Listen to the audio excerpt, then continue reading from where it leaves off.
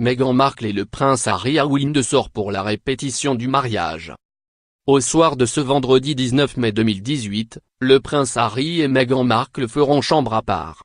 Et le jeune homme ne reverra plus la femme de sa vie jusqu'au moment de la découvrir dans sa robe de mariée, remontant l'allée de la chapelle Saint-George à Windsor au bras de son père à lui, le prince Charles, choisi par l'américaine de 36 ans pour pallier la défection de Thomas Markle, opéré du cœur dans la semaine.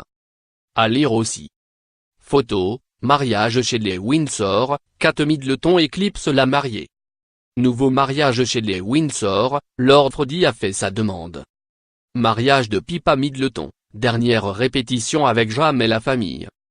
À l'avant-veille du jour J, les fiancés ont passé en revue le déroulé du grand jour. Les photographes de presse déjà présents aux abords du domaine royal à Windsor ont pu assister jeudi 17 mai à l'arrivée puis au départ d'Harry et Meghan à Windsor, où ils ont effectué la répétition générale de leur mariage.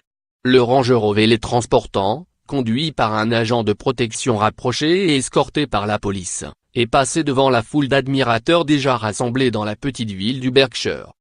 D'autres protagonistes du jour J se sont joints à eux. Le prince William et la duchesse Catherine de Cambridge ont fait le trajet depuis Londres, William repartant ensuite de Windsor après avoir pris part aux répétitions de la parade militaire prévue pour le mariage, tout comme la reine Elisabeth II, arrivée du palais de Buckingham où elle donnait 2 jours plus tôt sa première garden party de l'année.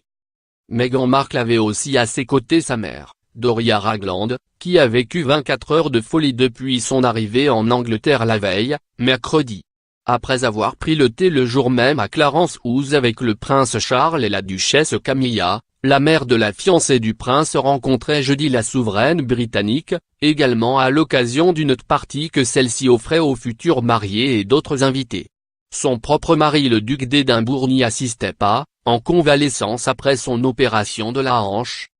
L'ex-mari de Doria Ragland et père de Meghan, Thomas Markle, n'aura quant à lui pas eu ce privilège puisqu'il a déclaré forfait pour le mariage de sa fille, épilogue d'un feuilleton abracadabrantesque. L'homme de 73 ans, qui vit modestement à Rosarito au Mexique, a dû se faire opérer du cœur mercredi pour la pose de stents à la suite d'un accident cardiaque la semaine précédente et se rétablit après l'intervention, qui a rendu son déplacement impossible. La compagne du prince Harry a émis un communiqué pour évoquer la santé de son père, avant d'en diffuser un autre pour annoncer le choix du prince Charles pour l'amener à l'hôtel.